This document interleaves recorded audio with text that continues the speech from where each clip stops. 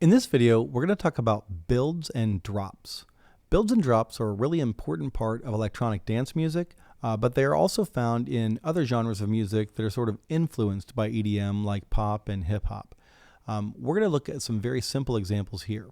So in music, a build-up is when the rhythm and the texture of the music sort of increases in intensity up to a climax point, and that is when the drop happens. The drop is the release of all the energy that's been built up, and it's usually when the crowd goes nuts and everybody's dancing. If there's words, they might be singing along. And then the cycle starts over, right? The music has the drop, and then the music chills out, and then it starts to build again.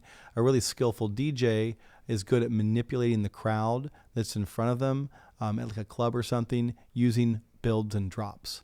So here is this basic beat, and it's just a 4 on the floor, kick, clap, and hi-hat beat. Nothing to it. Okay. And now here is those same 3 instruments, but they increase in rhythmic intensity over 4 bars. So first it starts with that basic beat, and then in bar 2, the kick drum goes twice as fast. It goes into 1/8 notes.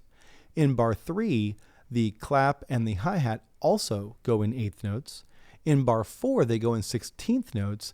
And then in the last beat of bar 4, they switch up a little bit here. Let me get in here and go to 16th note triplets right at the end here. Let's listen to what this sounds like.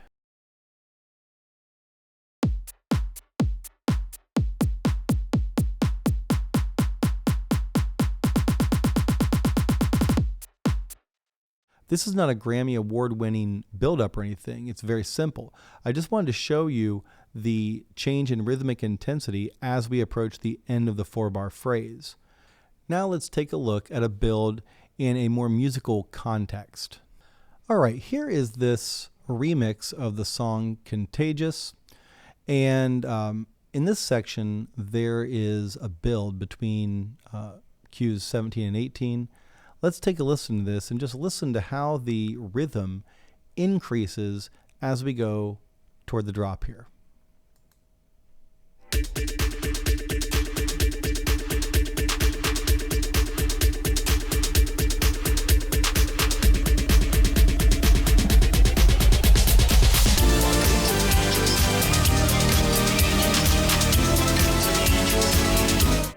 And so a lot of things are going on there. The rhythm is building up. There are risers, and we're going to cover those in another video, how to make risers. And then the drop happens, and it's sort of a musical release. If we go backwards in this session, you'll see another technique, and that is here where there is a rest. You can kind of see where most of the tracks drop out for this one beat. And that is a very common technique to sort of make a drop hit harder.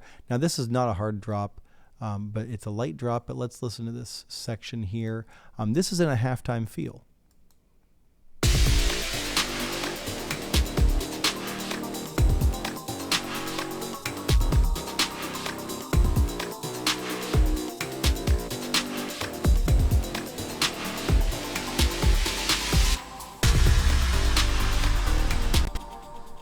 So that little lift provided by the rest helps the drop hit harder. So when you're talking about builds and drops, it's good to just be creative, to try things. Don't get too hung up on if something's right or proper. If it sounds good, it is good.